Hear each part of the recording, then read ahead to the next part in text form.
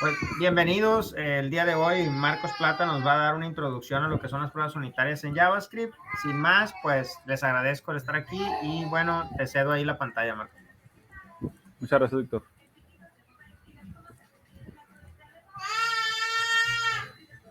Ok, entonces voy a compartir pantalla. Una ventana.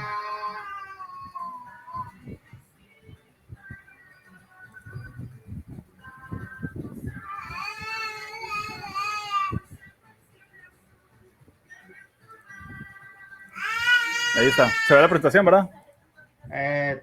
Ya aparece. Aparece, bueno, sí, tu presentación. Ok. Ah, qué tonto.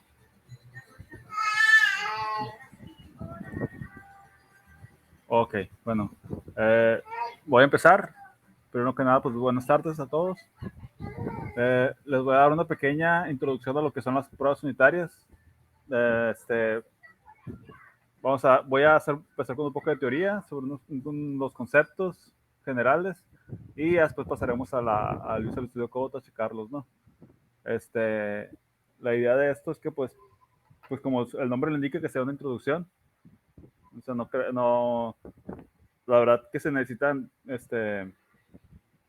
cursos completos de muchas horas para poder realmente profundizar en el tema, ¿no? Porque pues es un tema bastante complejo. Esta parte de la disciplina de pruebas de software y pues, o sea, es como nada más una pequeña parte de todo lo que involucra esta disciplina, ¿no? De lo que son las pruebas. Y en sí las pruebas son una pequeña parte de lo que es toda la disciplina de software development. Entonces, pues voy a dar una pequeña introducción, más que nada para que se entienda el concepto de qué es y tratar de definir las características y las propiedades, ¿no?, que debe de tener y que más o menos se entienda cómo se implementa en código, como para dar una idea, ¿no?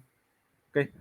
Para empezar, pues bueno, antes de dar el concepto de prueba unitaria, pues básicamente todos tenemos una noción de qué es una prueba dentro del ámbito de desarrollo de software. Una prueba, pues las pruebas son los mecanismos que se tienen para verificar, comprobar y asegurar la calidad de un producto de software, ¿no? O sea, son todos los procedimientos, todo lo que se hace, todos los procesos que se tienen para asegurar esa calidad. Y pues, como se pueden imaginar, hay muchos tipos de pruebas, ¿no?, dentro del ámbito del desarrollo de software.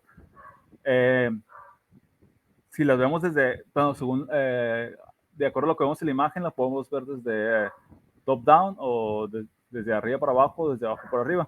Desde abajo para arriba siendo lo más particular y arriba lo más general. Por ejemplo, ahí, como se ve en la imagen, la prueba más general que existe son las pruebas de aceptación, que normalmente las hace, como ahí dice, un product owner.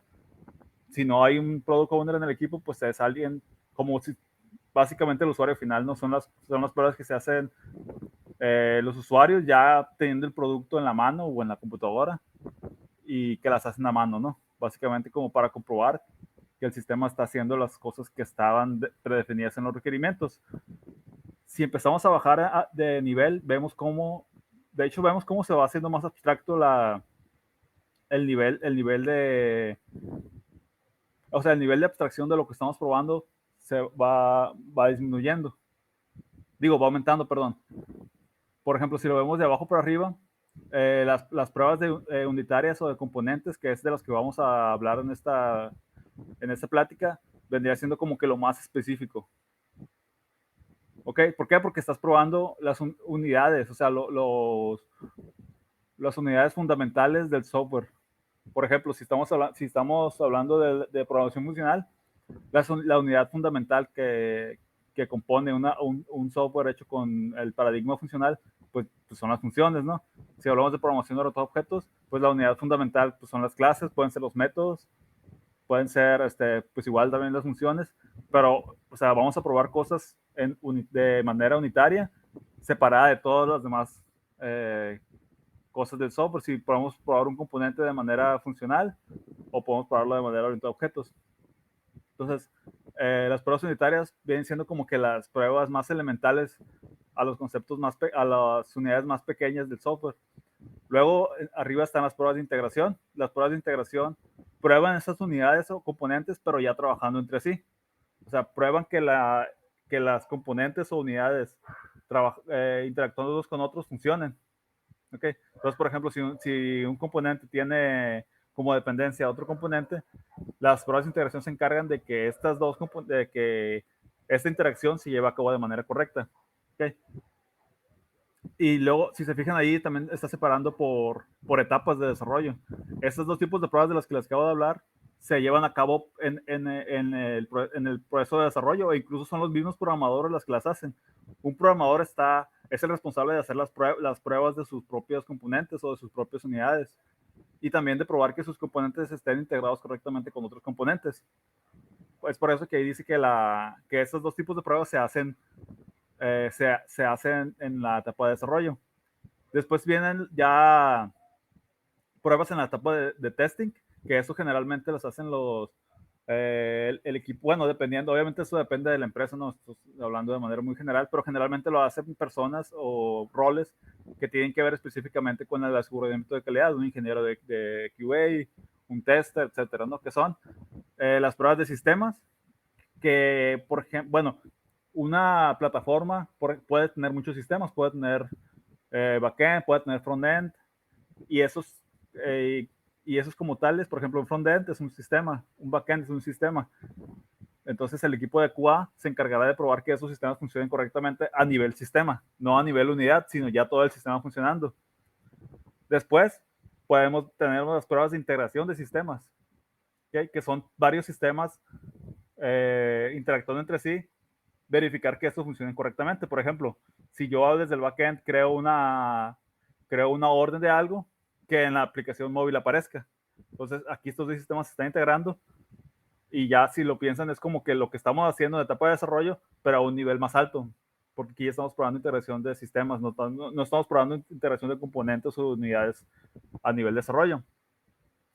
Ya después están las pruebas de soluciones, que ya es como que más que probar la funcionalidad, estamos probando que nuestra solución, valga la redundancia, solucione el requerimiento que estamos queriendo cumplir, porque pues un sistema puede funcionar, pero eso no quiere decir que cumpla o que sirva para solucionar el problema que nos acontece. Entonces puede funcionar, pero puede ser que no sea la solución correcta. Entonces ya finalmente se hacen las pruebas de solución, y finalmente ya de las que les hablaba, las que son las pruebas de aceptación. ¿Okay? Entonces, si se fijan, está como que bastante amplio el concepto. O sea, hay pruebas de todo tipo, hay pruebas a todos los niveles posibles, y pues por eso les comentaba que es como que bastante complejo. Igual, bueno, como desarrollador nos toca básicamente pues aprender a hacer pruebas unitarias para asegurar la calidad de nuestros propios componentes de desarrollo. Y pues hay mucha polémica al respecto, ¿no? Muchos programadores dicen también que son innecesarias, que son una pérdida de tiempo, pero pues yo les voy a explicar desde mi punto de vista por qué creo que son útiles y por qué creo que todos deberían aprender a hacerlas. Ok, entonces bueno, ya hablando en un concepto más específico, las pruebas unitarias es el proceso de desarrollo de software en el cual las partes más pequeñas y testeables de una aplicación llamadas unidades son individual e independientemente probadas para su operación apropiada. ¿Okay? Cuando hablan de unidades, pues es lo que les comentaba ahorita, ¿no? Dependiendo del paradigma o del lenguaje o del tipo de tecnología que estés usando, estas unidades pueden ser una función, pueden ser una clase, pueden ser un método. Okay, esas unidades pueden variar. No hay exactamente algo que digas tú, esto es lo que se va a probar exactamente durante las pruebas unitarias, ¿no? Okay, sino que sí, tiene que ser la parte más pequeña y testeable de una aplicación. Por ejemplo, una función está hecha para hacer algo. Entonces, y generalmente, y si está diseñada de manera correcta, y si no está, y si es y si tiene alta cohesión, solamente va a ser una cosa. Entonces, si solo hace una cosa, va a ser muy fácil de probar, porque solamente tenemos que probar que haga esa cosa. Y esto ya empieza a tener sentido un poco con los patrones de diseño y con enseñanzas de la ingeniería de software, de la alta ecuación y el bajo acoplamiento. Una unidad o un componente que no tenga, que esté muy acoplado con otros componentes, va a ser más difícil de testear que un componente que esté acoplado solamente con uno o dos componentes. ¿Por qué? Porque al estar bajamente acoplado es mucho más fácil de testear. De igual manera, si tiene alta ocasión, quiere decir que solo va a hacer una cosa y que es responsable nada más de hacer una cosa. Es mucho más fácil de probar a que si tienes no sé, por ejemplo, el típico ejemplo es una clase que tiene como 10,000 líneas y que hace todo, ¿no? Entonces, probar eso, hacer unas pruebas de esa clase o de esa función que tiene muchas líneas y que hace muchas cosas, va a ser más difícil de hacer. Y de hecho, esta es una de las razones por las que yo recomiendo siempre hacer las pruebas unitarias, porque cuando tú haces las pruebas por ejemplo, puede que hayas pasado un día completo haciendo una función, o no sé, una funcionalidad o una clase, y pues te engranas y empiezas a hacer un montón de cosas y empiezas a hacer un montón de código, y cuando haces las pruebas, te das cuenta que está bien difícil de probar y que está muy enrevesado y que tiene mucho espagueti y que, o sea, es complicado de probar. Y es cuando te das cuenta que, oye, pues a lo mejor tengo que replantear lo que estoy haciendo. ¿Por qué? Porque esto, o sea, es complicado, es muy complejo. O si llega alguien a hacerle pruebas y pues te dice, oye, pues es que hay un montón de código espagueti por aquí. Y dices, bueno, pues a lo mejor hay que replantearnos un poco, ¿no? Esa es una de las razones por las cuales yo recomiendo estas pruebas, pero bueno, igual más tarde más adelante vamos a hacer un poco más de idea sobre eso, ¿no? Ya hablando más específicamente de JavaScript, que es el lenguaje en el que nos vamos a enfocar para esta plática. Obviamente para hacer las pruebas necesitas algo que te ayude a hacerlas, ¿no? Estos son los frameworks de unit testing. En JavaScript hay muchas frameworks, tanto para unit testing como para otros tipos de pruebas. Para unit testing está el que vamos a usar en esta cuestión, que es Jest. Está Mocha, que es más o menos para lo mismo. Y la verdad, el logo de abajo no me acuerdo qué framework es, pero es otro framework parecido, ¿no? para hacer pruebas unitarias. Está, por ejemplo, también Cypress.io, que, bueno, mejor conocido como Cypress, que sirve para hacer pruebas end-to-end. Las pruebas end-to-end son pruebas en donde ya estás probando la interfaz de usuario y que, por ejemplo, Cypress sirve para poder manipular el DOM de una aplicación web para saber si él responde de manera adecuada a los eventos que tú programaste. Entonces, por ejemplo, si tu unidad que estás probando es un componente o una pantalla, tú puedes usar Cypress para probar que directamente en el navegador que esté funcionando de manera correcta, ¿no? Esto ya es un poco más complejo, tal vez en una plática más adelante podamos hacer una práctica sobre esto, ¿no? Pero considero que es mucho más fácil, por ejemplo, usar Jest ahorita porque es un framework mucho más general y pues podemos testear cosas más sencillas por ahora, ¿no? Y después está otro que me ha tocado utilizar que se llama Supertest. Supertest es utilizado más que nada y bueno, a lo que he visto, es utilizado para probar endpoints. Para probar que, por ejemplo, que un endpoint, que por ejemplo una API REST que hayas hecho, regrese, por ejemplo, que haga bien las validaciones, que haga que haga bien las respuestas, que los objetos que regrese sean válidos. Básicamente es para probar endpoints, es lo que he probado y pues se puede utilizar para hacer pruebas end-to-end de APIs, porque pues por ejemplo tú puedes utilizar una API puedes utilizar Supertest para obtener la respuesta de un endpoint y mandárselo a otro endpoint para también probar ese otro endpoint, ¿no? Entonces también es algo un poco más complejo. Igual, pues como les digo, podría ser para otras entregas, ¿no? de pláticas. Entonces, es básicamente eso, saber que hay un montón de frameworks y que básicamente prácticamente cualquier tipo de pruebas que esté en el ciclo de desarrollo se puede utilizar. Se pueden hacer con JavaScript, ¿no? Entonces, ahorita nos vamos a enfocar en Jest. Y pues bueno, para que una prueba unitaria sea buena, tiene que tener ciertas características, ¿ok? Y parecería que es fácil de hacer pero ya después, ahorita en los ejemplos les voy a mostrar el por qué a veces es difícil que las pruebas unitarias tengan esas características. La primera es que deben ser rápidas, ¿no? Rápidas en el sentido de la ejecución, ¿ok? Y que de hecho yo lo veo bastante asociada con la siguiente, que es que una prueba unitaria debe ser aislada. Y esta propiedad se me hace muy importante porque siempre generalmente prácticamente si estamos consumiendo, por ejemplo, una biblioteca, perdón, de terceros, automáticamente nuestro código deja de estar aislado. ¿Por qué? Porque tenemos una dependencia. Entonces, siempre que hagamos las pruebas unitarias va a ser muy importante que la aislemos. Cuando digo aislarla, quiere decir que ya no dependa de otras, que esa dependencia de terceros, tú la puedes cubrir a través de mocks. ¿Okay? Que ahorita en el ejemplo va a quedar más claro, los mocks no son más que objetos que fingen ser la dependencia. Y esto nos permite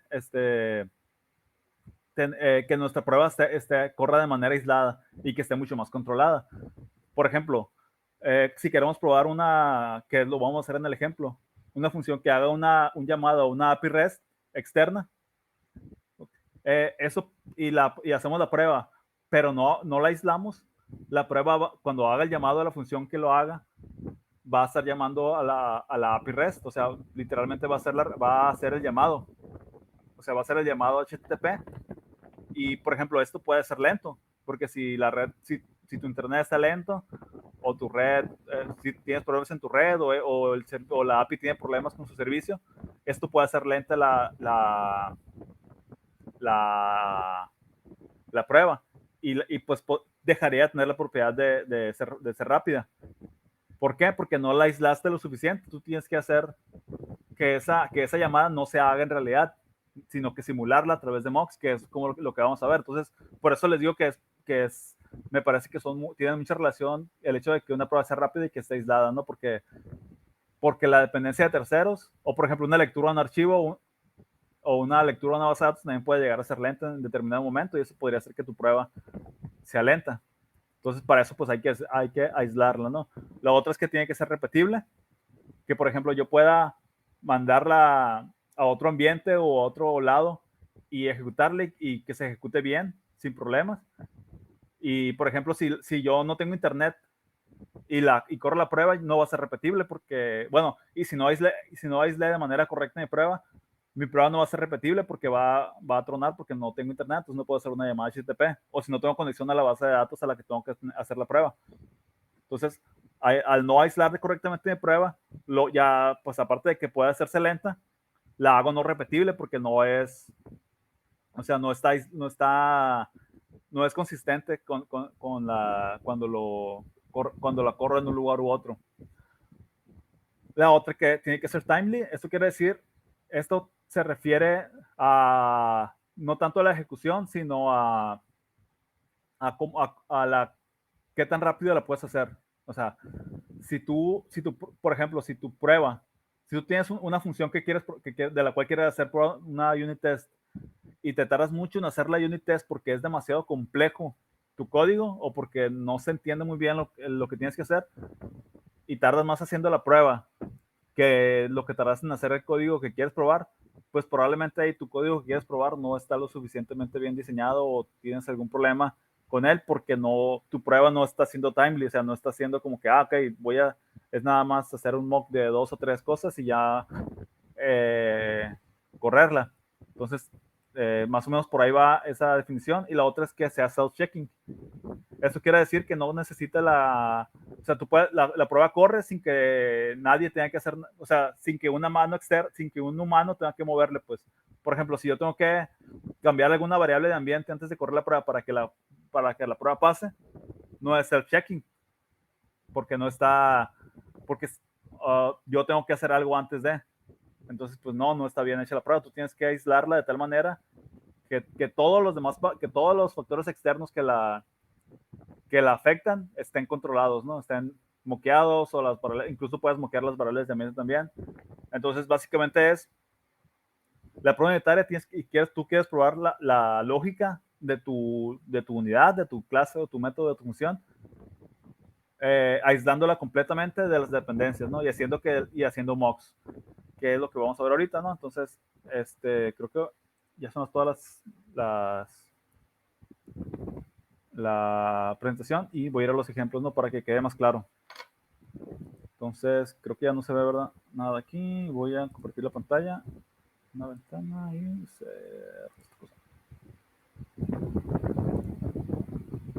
ok. Ya. Iba a preguntar iba a pedir que me confirmen que se vea, pero ya se ve, ¿verdad, Víctor? Ya, gracias. Gracias. Y el logo que no me acordaba era Jasmine. Ya me ayudó acá José Juárez. Entonces, pues, muchas gracias. Sí se ve bien todo, ¿no? Gracias. Ok, entonces voy a pasar por acá. Voy a abrir una terminal porque lo estoy haciendo con la terminal de acá. Ok, entonces, bueno, aquí lo que tengo es básicamente simplemente un proyecto de Node muy sencillo que inicialicé con npm init. Y bueno, para poder empezar a utilizar Jest como framework de pruebas unitarias, hay que correr un comando que era npm lo voy a poner aquí, pero no lo voy a correr porque ya lo tengo instalado, ¿no? Install-dev y es Jest. Y lo que hace es que acá en el package JSON, en la parte de dev dependencies, te va a instalar Jest, ¿no? La última versión. Igual tú puedes instalar una versión específica que tú necesites, pero es básicamente eso, ¿no? Porque es una dependencia de desarrollo, porque no es una dependencia que vayamos a necesitar ya cuando el producto esté en producción, ¿no? Básicamente es una dependencia que vas a utilizar durante la etapa de desarrollo, por eso está en dev dependencies. Y en dependencias tengo Axios, que la instalé porque la voy a usar para hacer unas pruebas para hacer una implementación que voy a probar, de la cual voy a hacer unit testing. Entonces, es básicamente eso. Entonces, nada más es Jest y Axios. Ok. Y bueno, yo aquí tengo, de hecho, este es el ejemplo más simple que ponen en la, ¿cómo se llama? En la página de Jest, que es básicamente, pues yo tengo una función que hace que suma dos números, ¿no? Entonces tengo la función sum y pues exporto y voy a exportar la función, ¿no? Y esa va a ser lo que exporte mi archivo. Y bueno, ¿y cómo se hacen? Acá, pues siguiendo ahorita después. ¿Cómo voy a hacer una prueba de esto? Generalmente lo que se hace para que Jest lo detecte como prueba es que tener un archivo llamado igual al archivo que quieres probar, pero poniéndole test como sufijo aparte de JS. Entonces, por ejemplo, si yo tengo zoom.js, yo voy a tener zoom.test.js. Entonces, todo lo que, por ejemplo, si yo quiero probar zoom, pues necesito zoom.test.js, ¿no? ¿Y qué tengo aquí? Aquí ya tengo mi prueba.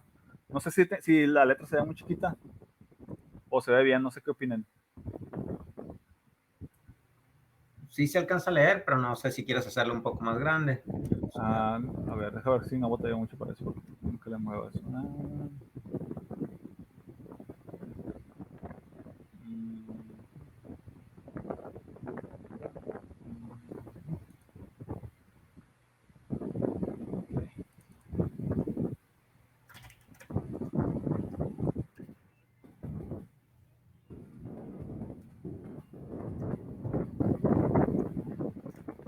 Ahí se ve mejor, ¿verdad? Sí. Ok, ya, perfecto. Bueno, básicamente, ¿qué estoy haciendo aquí? Ok, hago un recuerdo de mi función. Con esto voy a poder hacer un llamado a mi función. Esto es lo típico de JavaScript. Y empiezo a hacer mi prueba. Entonces, le digo a Jest, ¿qué quiero probar? Quiero probar que 1 más 2 es igual a 3. Y empiezo a hacer la suma. Entonces, ¿qué hago? De hecho, esto se puede simplificar así, ¿no?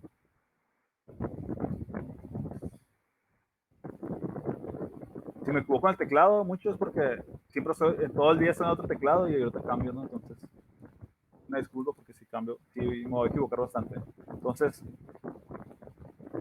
al sumar 1 y 2, obviamente esperamos que el resultado sea 3, ¿no? es básicamente eso. Ese es el ejemplo más sencillo, ¿no? Es como que hacer trampa porque es demasiado sencillo. Y lo otro es que cuando sume yo 3 y 4, el resultado esperamos que sea 7, ¿no? Entonces, bueno, pues sí. Pero bueno, ¿cómo lo probamos? Vamos acá. Bueno, otra cosa. En package.json, en los scripts, tengo un comando para hacer pruebas que básicamente mando llamar a Jest, nada más. ¿Okay? Como ya tengo Jest como dependencia, entonces no debería tener problema cuando mando llamar Jest. Entonces, si hago un npm run test, ahí está, mi prueba pasó. Efectivamente, zoom, la función zoom está funcionando porque el resultado es el que yo espero, que es básicamente lo que les acabo de decir, es el fundamento de todo esto, ¿no? O sea, ¿qué resultado esperas de lo que estás probando? Tú tienes que saber qué resultado esperas para poder hacer la prueba. Entonces, básicamente es eso, ¿no? Por ejemplo, si yo espero que 1 más 2 sea 4 dentro de mi mundo paralelo, y alguien programó la función, alguien que sí sabe matemáticas programó la función, pero yo espero que 1 más 2 sea 4, pues mi prueba va a fallar. ¿Por qué? Porque ¿qué esperaba yo? Yo como el creador de la prueba esperaba 4 y la función me regresó 3. Entonces, es básicamente eso. Es Jest y cualquier framework de pruebas unitarias en cualquier lenguaje, en cualquier plataforma, en cualquier entorno de desarrollo, es eso. Es qué espero yo y qué me regresa la función. La comparación de eso va a hacer que mi prueba pase o no. ¿Okay? Obviamente esto es como que el ejemplo más sencillo, pero básicamente es eso, ¿no? Por ejemplo, bueno, esta es la prueba más sencilla y voy a hacer unas pruebas más antes de hacer la prueba compleja con llamadas API. ¿Dónde está esto? Okay. No. Por acá tengo, ¿cómo se dice? Acordeón. Y ando, ahí está. No, esos axios. Ok. Jest tiene algo que se llama matchers. Ok. Los matchers son como funciones que te permiten hacer las pruebas. Como, por ejemplo, el to be es un matcher. Yo estoy haciendo un match de lo que espero con lo que me regresa el resultado de lo que regresa la función. Pero pues hay muchos otros matchers. El to be es como que el matcher más sencillo. Pero, y me voy a copiar unas cosas de acá, ¿no? Voy a quitar eso de aquí y voy a poner otro para que, aunque la prueba se llame igual, ¿no? Por ejemplo, hay un matcher que se llama toEqual, ¿okay? Que sirve para comparar objetos. Ya no, porque ahorita estamos probando nada más que el resultado sea un número, pero ¿qué tal si el resultado de lo que quieres probar no es un número, sino un objeto? Por ejemplo, imagínate que la función nos regresa un objeto y tú quieres tú esperas que lo que te regresa esa función sea un objeto sea este objeto. ¿Okay? Acá lo que hacen es simplemente armar el objeto manual en lugar de la función, ¿no? Pero es básicamente eso. Entonces, ¿qué estamos esperando aquí? Que el objeto, que este objeto data sea igual a esto. Entonces vamos a correr la prueba. Y pues obviamente va a funcionar, ¿no? Pero por ejemplo, si yo, en vez de aquí tener tengo la prueba falló, porque estructuralmente el objeto que estamos esperando, que estamos probando no es igual a lo que yo estoy esperando que sea el objeto. Entonces, los matchers vienen siendo como comparadores, por así decirlo, pero hay muchos tipos de comparadores. Por ejemplo, eso fue para objetos. Hay otros que son los matchers de truthiness, que son para cosas que son verdaderas o falsas. Y, por ejemplo, acá me voy a copiar otro ejemplo de acá antes ya de pasar al ejemplo que vamos a hacer a mano. Por ejemplo, yo estoy declarando n como nulo y, por ejemplo, este match de to be null, esa prueba va a pasar porque pues es nulo. Bueno, es lo que esperaríamos, ¿no? La otra es que sea to be defined. La otra es, luego está el operador not, que es cuando queremos decir lo contrario. Podemos decir que en vez de to be null, no to be null, o sea, que no sea nulo algo.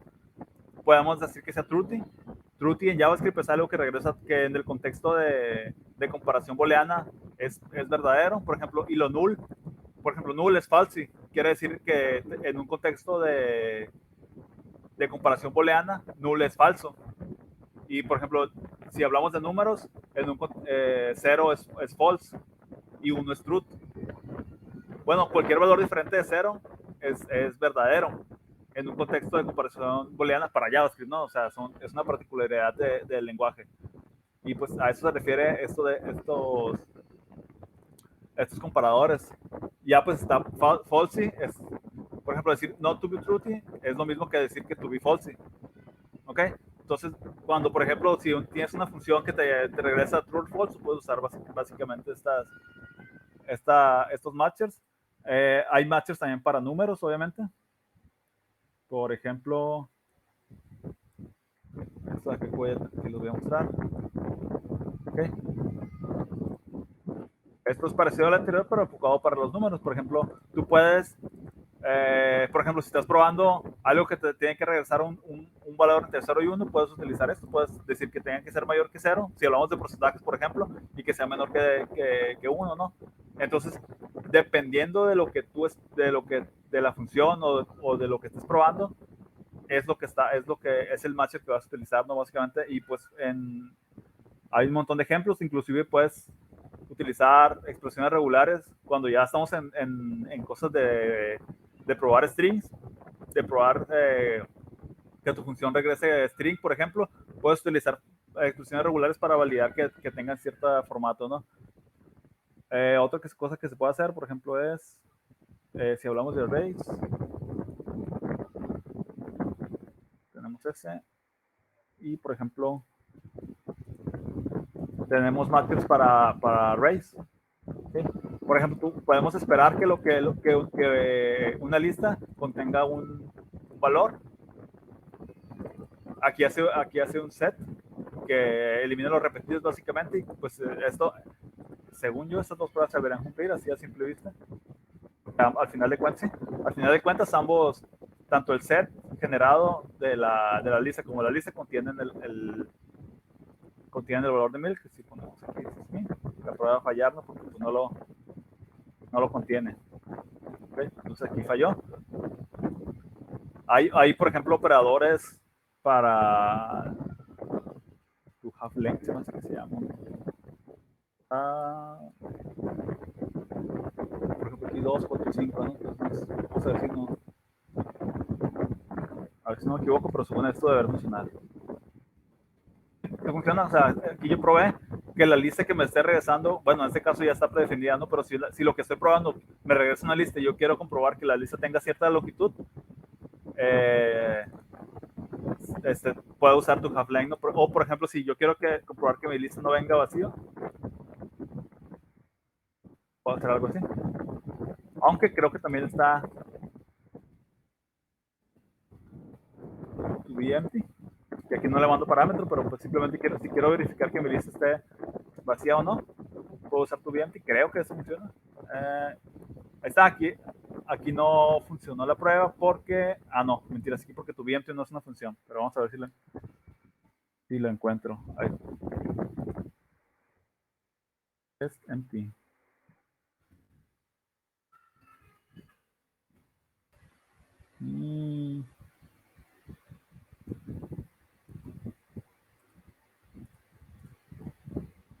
Okay. Igual aquí estoy.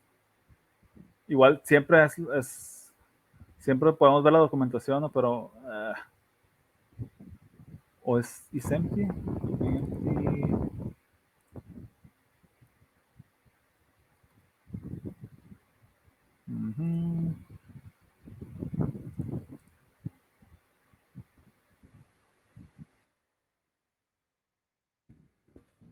Bueno,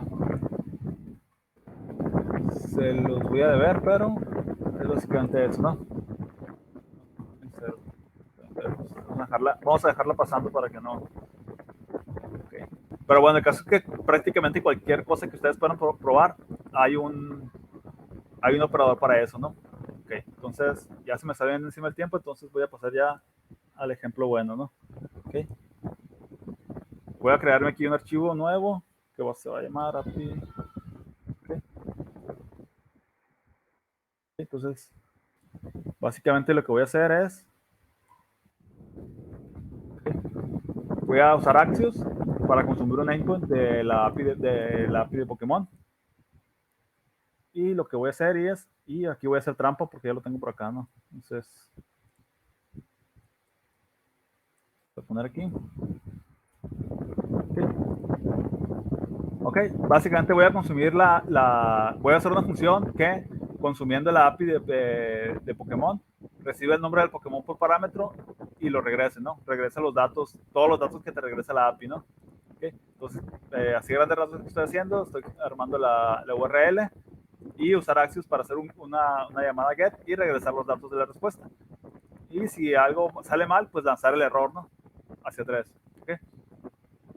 Y pues bueno, esto se ve como que sencillo, pero vamos a hacer una prueba, vamos a hacer pruebas unitarias para probar nuestra función. Entonces, voy a hacer la prueba acá. Y pues bueno, para probar la función, pues necesito mandarle a llamar, ¿no? Entonces voy a hacer el require aquí. Okay. Y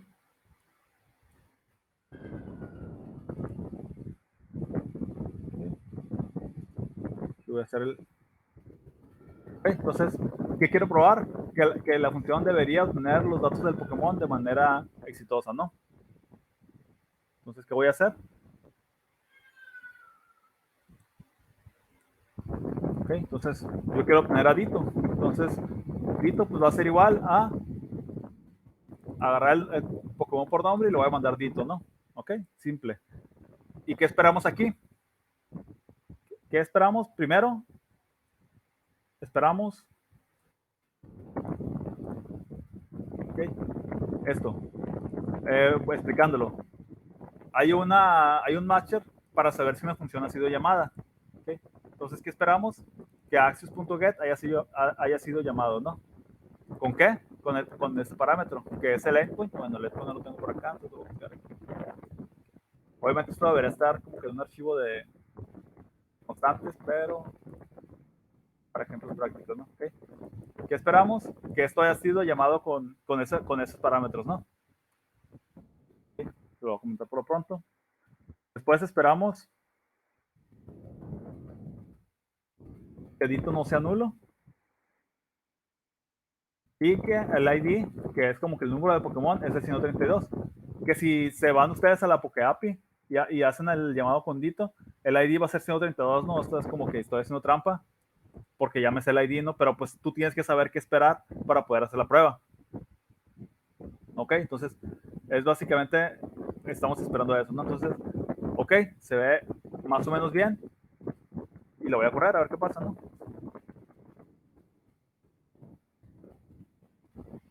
Y dice que falló, dice... Ah, ok, creo que le llamo diferente aquí. Aquí fue un typo. Okay. Aquí la prueba pasó. Pero lo que les comentaba hace rato yo respecto a que la prueba debe estar aislada. Aquí nuestra prueba hizo la llamada, o sea, mandó llamar o sea, literalmente hizo la llamada al HTTP request. Si yo ahorita me desconecto del internet y hago la prueba va a tronar. No va a pasar porque no voy a tener pues, un timeout. Un timeout cuando yo haga el request HTTP. Entonces, esta prueba que acabo de hacer, pues pasa y pues podría pasar, podría seguir haciéndola, podría mandarlo a producción y pasar, porque en producción va a haber internet, pero mi prueba no está totalmente aislada. O sea, no cumple con las propiedades de una buena prueba unitaria. ¿Okay? Y aquí es cuando ya entran los mocks. Aquí yo no hice ningún mock, yo no hice nada respecto a mis dependencias. Aquí Axios es mi dependencia. Entonces yo estoy usando Axios tal cual. O sea, Axios sigue funcionando como si, o sea, el código original de Axios está siendo llamado. Y no debe ser llamado. Ningún código que sea dependencia de lo que estoy probando debe ser llamado. Porque no estoy probando ese otro código, estoy probando mi código. Es el código que acabo de hacer. Entonces, esta parte creo que es la parte más importante de entender y al mismo tiempo la más difícil de entender cuando estamos haciendo pruebas. que cuando estás probando, tienes que probar solamente tu código y tienes que asegurarte que nada más tu código corra.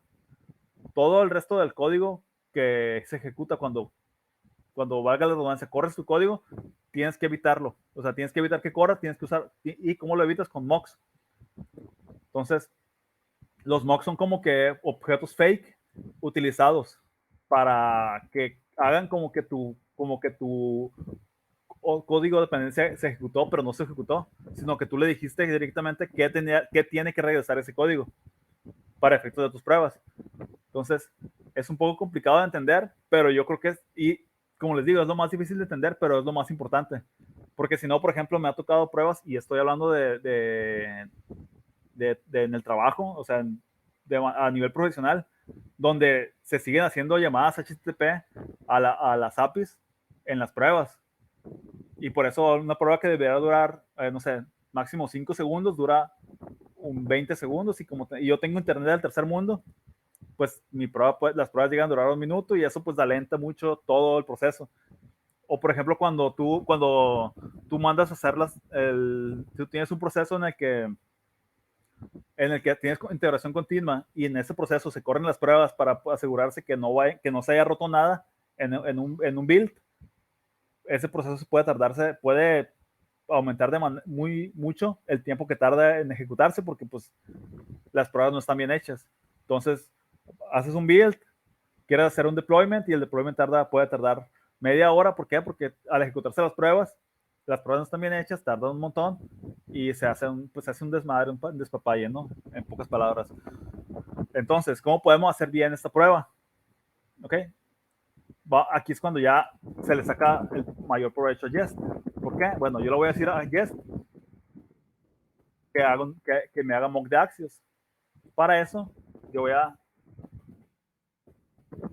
para hacer el mock, yo necesito tener Axios aquí presente, ¿no? Entonces,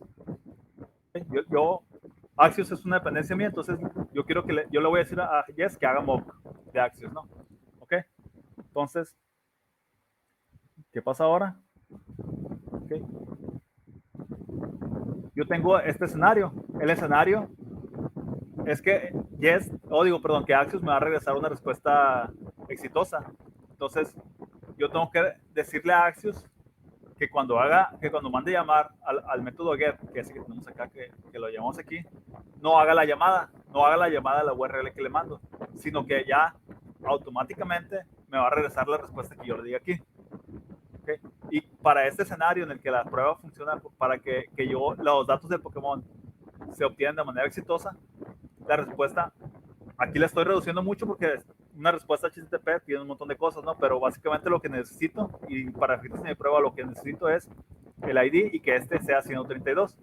Entonces, en lugar de yo hacer realmente la llamada HTTP, yo lo voy a mockear, como se dice por ahí. O sea, lo voy a hacer un mock en el que la respuesta voy a asumir que la respuesta fue exitosa y que me regresó una variable que se llama data, que dentro de la respuesta viene un campo que se llama data, que viene un campo que se llama ID, y que el valor de ese campo es 132. Y yo le voy a decir que Axios, al método get, función, perdón,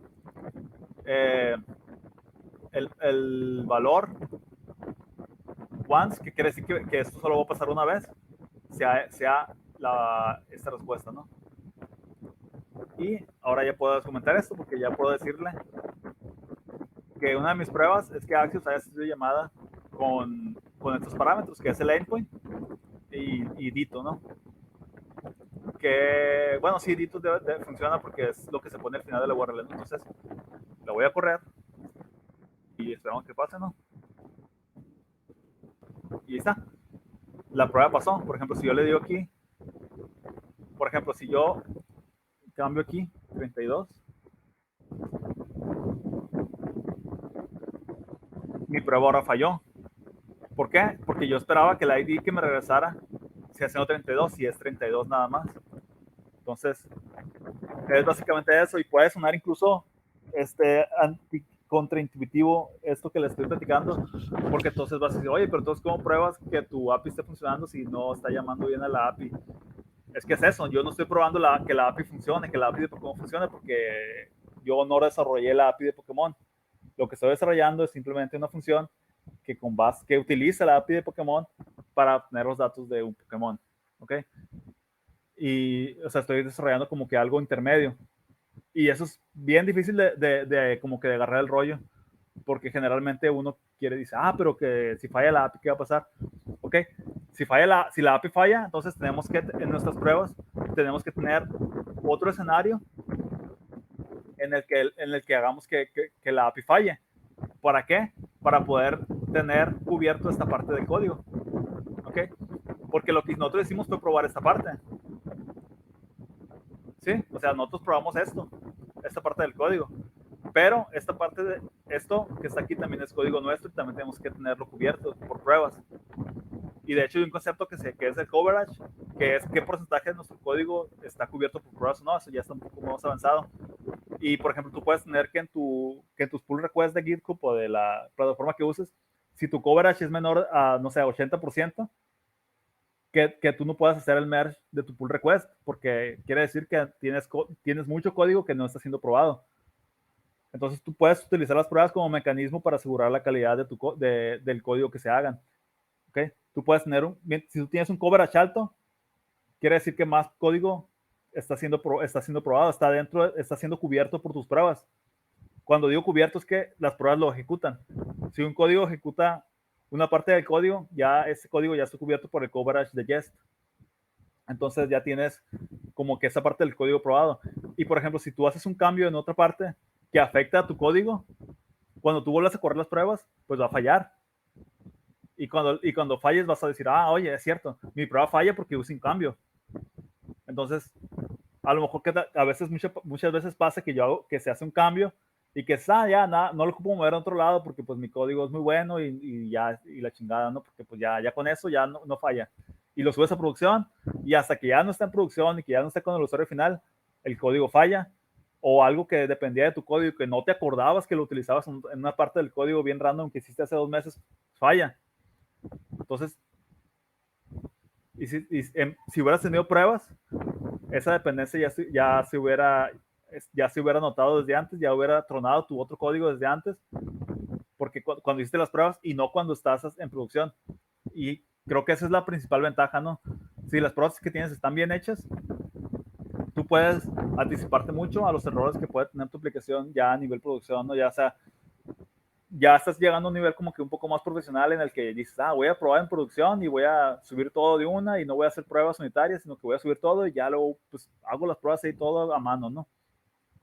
Entonces, pero pues sí, estamos hablando de un software no sé, que no digo de vida o muerte, pero sí es muy importante que funcione y que tal vez es muy costoso estar haciendo los deployments de producción.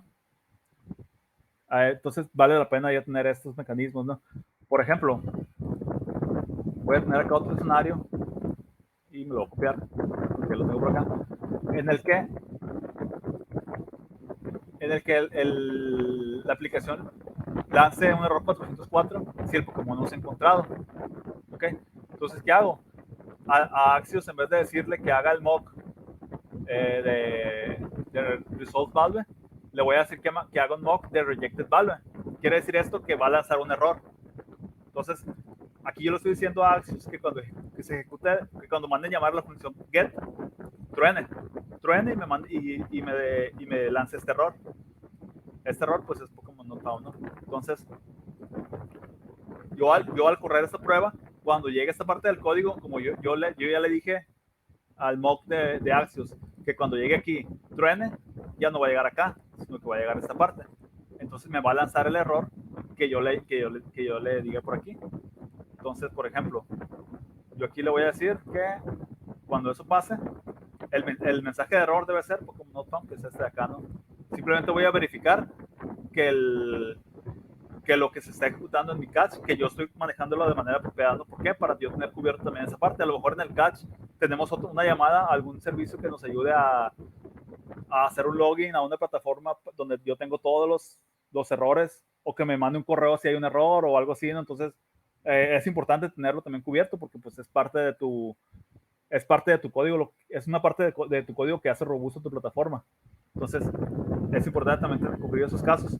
Y básicamente es eso, ¿no? Las pruebas unitarias es cubrir los casos, todos los casos que pueden pasar, ¿no? Porque si yo, por ejemplo, y esto es un código muy sencillo de 2 líneas, yo puedo tener varios if, yo puedo tener un while, entonces, si estoy en un if, por ejemplo, si tengo un if en el que hago algo dependiendo de lo que me regrese mi API, por ejemplo, si el ID del Pokémon es mayor a 100, yo puedo hacer algo, y si es menor a 0, yo puedo hacer algo. Entonces, yo tengo que armar escenarios de prueba en los que digo, bueno, debería hacer esto cuando el ID del Pokémon es mayor a 100 y tenerlo cubierto también. Y es básicamente eso, tienes que conocer el código que estás probando para poder hacer las pruebas. O sea, no es nada más hacer un llamado y ya espera y ya, sino que tienes que tener conocimiento de lo que está pasando, ¿no? Y pues creo que es básicamente eso. Y creo que me fui de largo, ¿no? ¿O no? No, para No sé. nada, para nada. Okay. Puedes durar lo que tú gustes. Ok, gracias. Pero básicamente es eso, ¿no? lo que les quería mostrar. No, ya no alcanzo a ponerles lo del coverage y eso, que Jest te puede generar un documento HTML en el que viene todo tu código y te marca en rojo el código que no está cubierto por las pruebas y te pone en verde el código que sí está cubierto y te da un porcentaje de cuál es tu coverage, que es muy útil porque pues cuando tú puedes ver, pues me falta esta parte de código, voy a hacer otro escenario en el que yo haga los mocks de tal manera que pueda entrar esa parte del código y pueda tenerlo cubierto y pueda hacer una prueba sobre él, ¿no? Entonces es básicamente eso. Es como que tener como que un mindset de que tu código tiene que tener pruebas siempre, ¿no?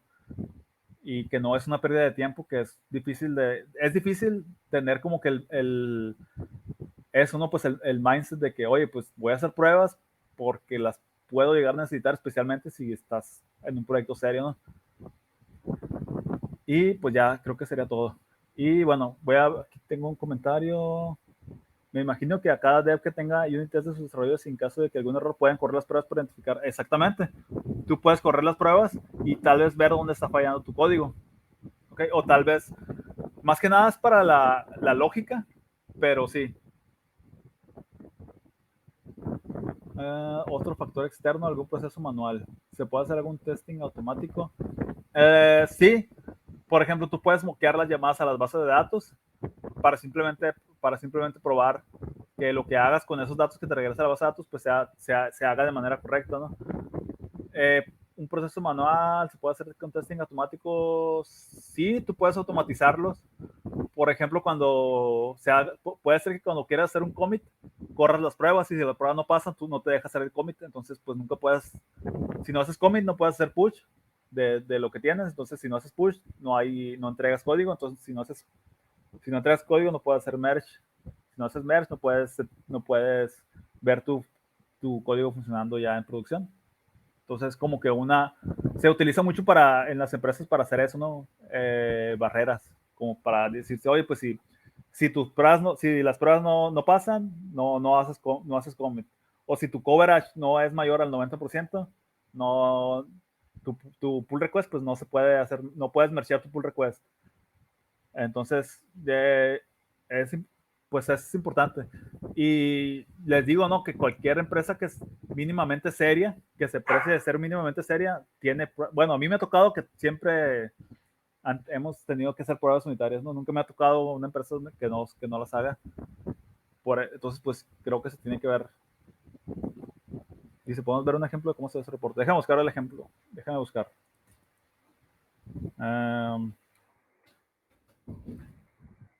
Plata, creo que tú comentabas, ¿no? Que en alguna empresa te tocó de que los mismos programadores tienen que hacer sus pruebas unitarias o... Sí, pues, sí, y que de hecho es lo ideal porque pues que si tú, o sea, es más fácil que alguien que conoce el código le haga pruebas. sí, de Porque acuerdo. también me ha tocado hacer pruebas. De hecho, justo ahorita estoy haciendo, como tenemos el coverage bajo, hablando mal, ¿no?, de la empresa. No, pero sí, como tenemos el coverage como el 60% y lo queremos tener como el 90%, pues me dijeron que, oye, pues tenemos este módulo que está como en 20%, lo puedes subir a 70% y ahí ando, ¿no? Es lo que he estado haciendo esta semana, de hecho. Y pues como es código que no conozco, me es complicado, ¿no? Porque pues tengo que estar viendo, mandar llamar a esto y haciendo mogs y si el mog no está bien, porque pues tengo que poner los retornos bien y es un show.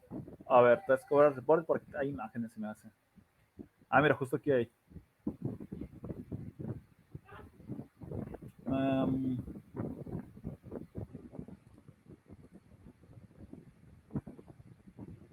A ver, por aquí lo tengo. Voy a tener la compartida de mi aquí. Voy a compartir la pestaña.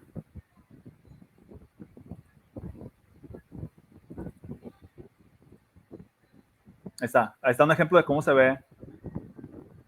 Por ejemplo, ese update, el archivo update user avatar service.ts se ve así como se ven mis pruebas ahorita, 68%. Y hay, por ejemplo, que el user service y el de password reset tienen 100%, quiere decir que están bien cubiertos.